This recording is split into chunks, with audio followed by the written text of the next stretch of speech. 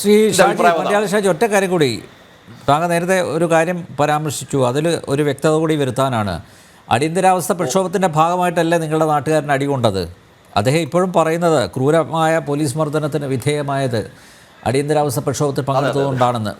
ഒറ്റ വാക്കിൽ പറയാം മറുപടി.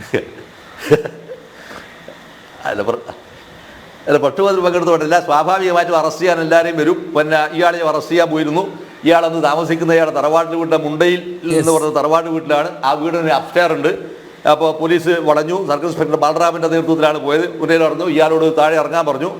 അപ്പോൾ ഇയാൾ 2-3 മിനിറ്റ് കഴിഞ്ഞ് ഇയാൾ ഇറങ്ങുന്നില്ല. അപ്പോൾ ഇറങ്ങാതിരിക്കുമ്പോൾ സ്വാഭാവികമായിട്ടും പിന്നെ പോലീസ് അന്നത്തെ അവസ്ഥയിൽ അകത്തേക്ക് കയറും. അകത്തേക്ക് കയറി സ്റ്റെപ്പിന് മുകളിലേക്ക് കയറാൻ നോക്കുമ്പോൾ ഇയാൾ എന്ത് ചെയ്ത്, ഇറങ്ങി വരുന്നത് ചെയ്ത് ഇയാൾ ചവിട്ടിക്കളഞ്ഞു.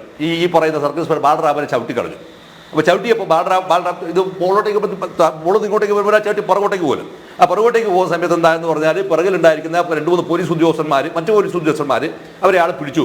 ഇതാണ് വാസ്തവത്തിൽ ഇയാൾക്ക് അടികൊള്ളാനുണ്ടായ കാരണം. അതുകൊണ്ട് KPCC പ്രസിഡന്റ് പിന്നെ സുവാരാൾ പലപ്പോഴും പറയാറുണ്ട്, ഇത് പേട്ടടി വാങ്ങിയതാണ് എന്ന്. ആ പേട്ടടിയാണ് വാസ്തവത്തിൽ അയാൾക്ക് ശരീരത്തിൽ ഏറ്റവും കൂടുതൽ അടി കിട്ടിയത് മുഴുവൻ തന്നെ കാലിനാണ്. വേറെ എവിടെയും അയാൾക്ക് ഒരു പരിക്കുമില്ല. ഒരു പരിക്കുണ്ടായിട്ട് ഞാൻ കണ്ടില്ല. പിന്നെ അടിയന്തരാവസ്ഥയിൽ സെൻട്രൽ ജയിലിൻ്റെ അകത്താണ് കിടന്നു കഴിഞ്ഞപ്പോൾ അയാളെ കാണാൻ പോയ കൂട്ടത്തിൻ്റെ ആദ്യമായി കാണാൻ പോകുന്നത് കുടുംബം എന്നുള്ള നിലയിൽ കാണാൻ പോകും. കുടുംബം എന്നല്ല, പിന്നെ സുഹൃത്തുക്കൾ നില കാണാൻ പോകുന്നത് എൻ്റെ അമ്മ ചീരൂട്ടിയാണ്. എൻ്റെ അമ്മ ചീരൂട്ടിയും പിന്നെ ഇദ്ദേഹത്തിൻ്റെ അമ്മ കല്യാണി നടത്തി കൂടെ പോയിരിക്കുന്ന ഒരു കുട്ടി ആരാന്ന് പറഞ്ഞാൽ ഞാനാണ്. അദ്ദേഹത്തെ പോയി കണ്ടിരുന്നു.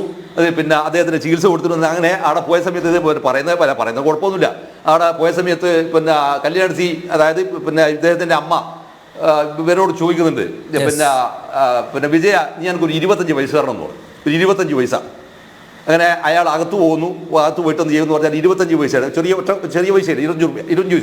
1000 പൈസ വാങ്ങിച്ച് ഇത് എന്തിനാണെന്ന് ചോദിച്ചു. അപ്പോൾ ചോദിച്ചപ്പോൾ പറഞ്ഞെന്താണെന്ന് പറയുന്നത് കുഴപ്പമില്ല, അത് അവരുടെ വിശ്വാസമാണ്. അവർ പറഞ്ഞത് മുത്തപ്പന് കൊണ്ടുപോയിട്ട് പിന്നെ ഇത് കൊടുക്കേണ്ടിയിട്ടാണെന്ന് പറഞ്ഞു.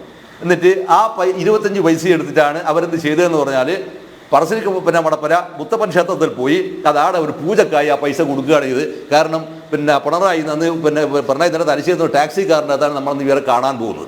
അപ്പോൾ അടി എന്ന് പറയുന്ന സംഭവത്തിൻ്റെ ബേസിക്കായ സംഭവം ഇത് മാത്രമാണ്. ബാക്കി മറ്റല്ലാതെ ഒരു ഞാൻ ചോദിക്കട്ടെ, MBR അറസ്റ്റ് ചെയ്തില്ല, അടി കിട്ടീനോ? കൊണ്ടുവരോ? പാണ്ഡ്യാല ഗോപാലിനെ അറസ്റ്റ് ചെയ്തില്ല, പാണ്ഡ്യാല ഗോപാലിന് അടി കൊണ്ടുവരോ? നിങ്ങൾ ആർക്കാണ് കൊണ്ടത്? ഒരൊറ്റയാളെ അടിച്ചിട്ടില്ലാതെ, ഒരു നേതാവിനെ അടിച്ചിട്ടില്ല. ഇതെന്താന്ന് പറയുന്നത്, നിങ്ങൾ വെറുതെ നിങ്ങൾ മുഷ്ക് കാണിച്ചു കഴിഞ്ഞാൽ സ്വാഭാവികമായി കിട്ടാതെ, അതുകൊണ്ട് നിങ്ങൾ പ്രതിഷേധിക്കേണ്ടെന്നല്ല ഞാൻ പറഞ്ഞത്. എന്നാൽ നേരെ തിരിച്ചിപ്പുറത്ത് വരുന്ന വിഷയം എന്താണ്? ഇവിടെ വരുന്നത് എന്താണ്? ഇവിടെ ഇപ്പുറത്ത് വരുന്നത് പിന്നെ സത്യാഗ്രഹത്തിന്റെ ഭാഗമായി നടക്കുന്ന നിയമ ലംഘനമാണ് നടന്നത്. ആ ലംഘനത്തിലാണ് അത്രയും അടി വാങ്ങിയപ്പോൾ ആരും അതിനകത്ത് ഓടിയിട്ടില്ല. ആരും ഓടിയില്ലല്ലോ. ഇപ്പുറത്ത് വന്നത് എന്താണ്? ഓടുക മാത്രമല്ല, സമരഭൂമിയിൽ പോകാൻ പോലും ആളുണ്ടായില്ല എന്നുള്ളതാണ്. ആളുകൾ സ്തബ്ധരായി പോയില്ല. എന്ത് ചെയ്യണം അറിയില്ല, എന്ത് ചെയ്യണമെന്ന് അറിയില്ല. ഓരോ ആളുകളും സ്വയമേവ പിൻവലിച്ചു. എന്നാൽ നക്സലൈറ്റ് സഖാക്കൾ വളരെ കൃത്യമായി അവരുടെ പരിമിതമായിരിക്കുന്ന സംഘടനാ മിഷൻ ഉപയോഗിച്ച് അവരാലാവുന്ന കാര്യങ്ങൾ അവർ ചെയ്തിട്ടുണ്ട്. ഇത് ചെയ്യാൻ മാത്രം ഒന്നും കഴിവില്ലാത്ത എന്താ പറയുക പിന്നെ ഒരവസ്ഥയിലേക്ക് മാറി. പിന്നെ കേരളത്തിൽ എന്തുകൊണ്ട് പിന്നെ ജയിച്ചതിൻ്റെ ഒരു സംഭവം പിന്നെ ബഹുമാനപ്പെട്ട ശ്രീകുമാർ സാർ പറഞ്ഞൊരു സാധനമുണ്ട്. ഞാൻ ഒന്ന് പറയാം. കേരളത്തിലെ പ്രധാനപ്പെട്ടിരിക്കുന്ന വിഷയം എന്താ വെച്ചാൽ ഒന്ന് മധ്യവർഗമാണ്. ഈ മധ്യവർഗത്തിന് ഏറ്റവും കൂടുതൽ ആവശ്യമുണ്ടായിരിക്കുന്ന ഒരു കാര്യം ശരിക്കും എന്താ പറഞ്ഞാൽ സ്വസ്ഥതാ സമാധാനം എന്നുള്ളതാണ്. ഈ സ്വസ്ഥതാ സമാധാനം ആവശ്യമാക്കി തീർത്തതിൻ്റെ അകത്ത് പ്രധാനപ്പെട്ട കണ്ണിമാരാണ് ആരാണ്?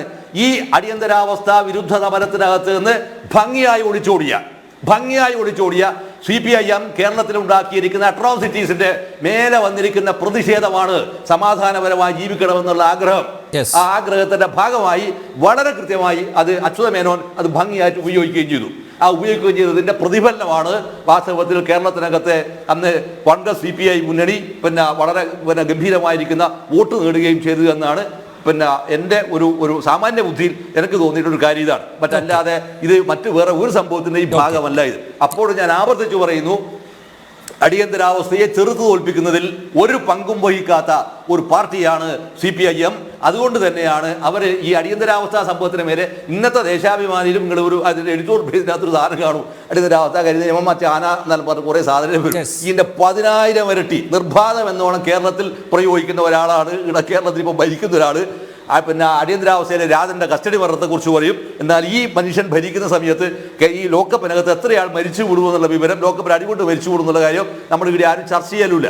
അതുകൊണ്ട് ഇത്തരത്തിലുണ്ടായിരിക്കുന്ന അങ്ങേയറ്റം അറിവിന്തിരിപ്പനായിരിക്കുന്ന ജനവിരുദ്ധനായിരിക്കുന്ന ഒരാളെയാണ് ഇയാൾ എന്ത് വിളിക്കുന്നത്, ജനനായകൻ എന്ന് വിളിക്കുന്ന ഒരവസ്ഥ ഈ കേരളത്തിൽ ഉണ്ടാക്കി വെച്ചിട്ടുള്ളതെന്നുള്ള വൈരുദ്ധ്യവും കൂടി ഈ ഘട്ടത്തിൽ ഞാൻ ഓർമ്മിച്ച് എനിക്കിതാണ് ഇപ്പോൾ പറയാനുള്ളത്.